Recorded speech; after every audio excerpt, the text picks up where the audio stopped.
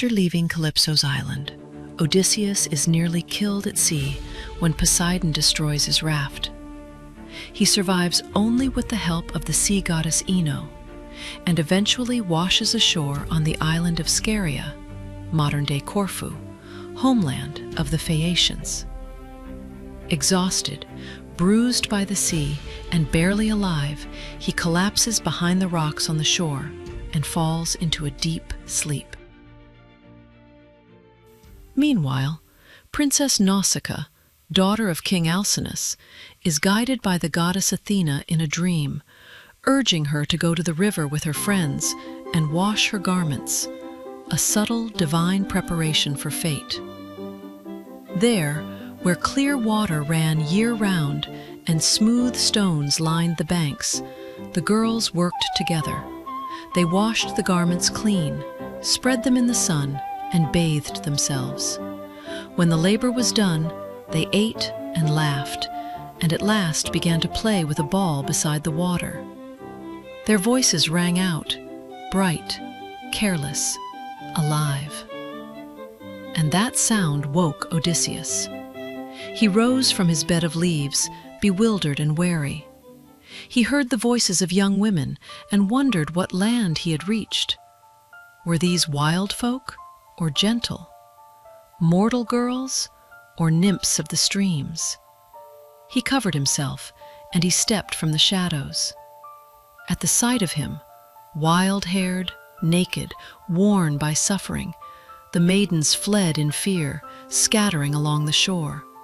All fled but one. Nausicaa stood her ground. Athena placed courage in her heart and steadied her limbs. She did not run. Odysseus paused. He considered his choice. Should he clasp her knees as suppliants do, or keep his distance to avoid frightening her? Wisdom won over desperation.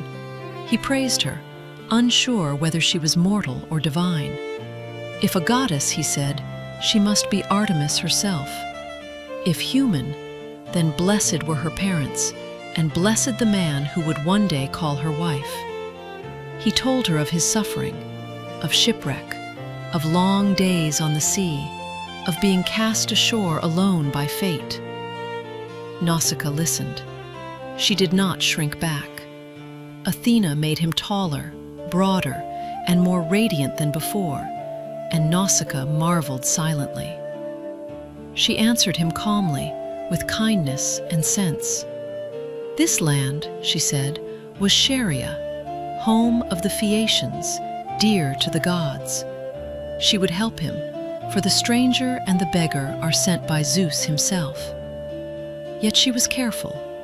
She instructs Odysseus to follow her at a distance when approaching the city, so as to avoid gossip and suspicion. With this, Nausicaa turned back toward the city, leaving Odysseus to follow as she had said. In Nesos, this encounter becomes a fully playable journey shaped by dynamic and unpredictable gameplay. Poseidon, still consumed by resentment toward Odysseus, separates him and Nausicaa from the others, leaving them lost on their return to the city.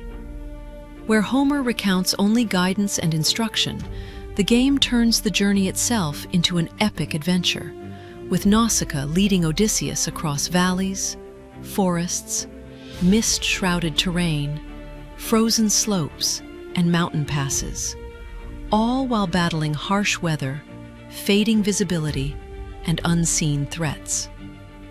The player steps into Nausicaa's role, controls Nausicaa, and must manage escort mechanics, maintain visibility in fog, prevent separation, and avoid bandits and wild animal encounters while leading Odysseus safely to her father's palace.